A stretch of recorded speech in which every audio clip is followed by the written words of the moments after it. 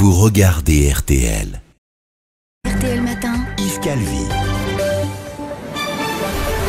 7h43, excellente journée à vous tous qui nous écoutez. Elisabeth Martichoux vous recevez donc ce matin Ségolène Royal, ancienne ministre de l'Environnement et ambassadrice pour les pôles arctiques et antarctiques. Bonjour Ségolène Royal. Bonjour. Merci lobby à l'époque. Il n'y a pas un moment où vous aviez la tentation de craquer? Est-ce que vous avez d'ailleurs été tenté de démissionner? Jamais de la vie. Ouais, c'est pas votre style. C'est pas mon style. Je crois qu'au contraire, ça stimule.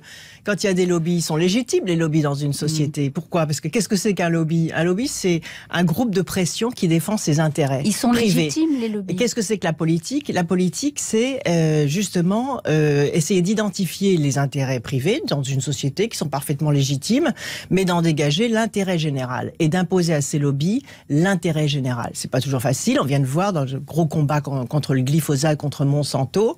Pourquoi c'est difficile? Parce qu'il y a du chantage à l'emploi.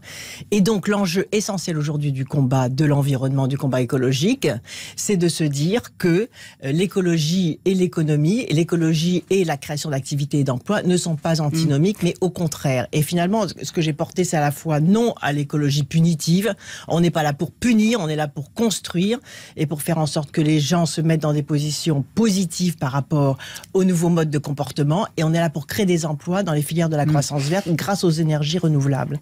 Pour revenir au lobby, je voudrais vous citer une phrase que Thierry Coste tout à l'heure prononçait au micro d'Yves Calvi. C'est ce fameux lobbyiste qui était dans la réunion consacrée à la chasse lundi soir à l'Élysée. D'ailleurs, sa présence vous aurait choqué ou pas, vous? Non, j'ai rencontré plusieurs fois. Bon.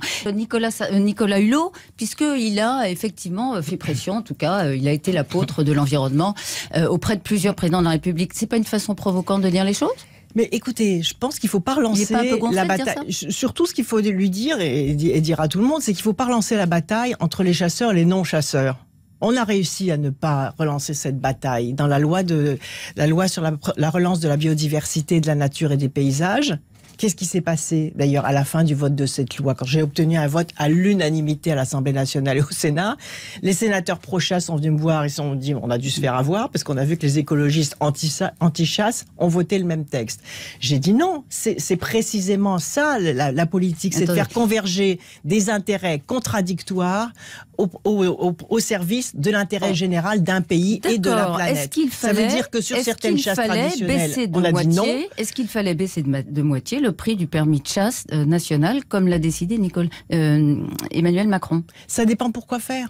Non, donc vous dites pas non. Ça dépend pourquoi faire. Moi, je ne suis pas dans des postures idéologiques. Ça dépend pourquoi faire. En revanche, c'est pour j'ai dit non. J'ai dit non plus facilement. Ça dépend. Si en contrepartie, les chasseurs, j'avais moi associé les chasseurs à la reconquête des paysages. Les chasseurs dans les villages ruraux sont les premiers connaisseurs de la nature. C'est leur loisir. Ils font de mal à personne. Ils ne polluent personne. Donc il y a un respect pour les chasses rurales de proximité qui correspondent à des pratiques traditionnelles.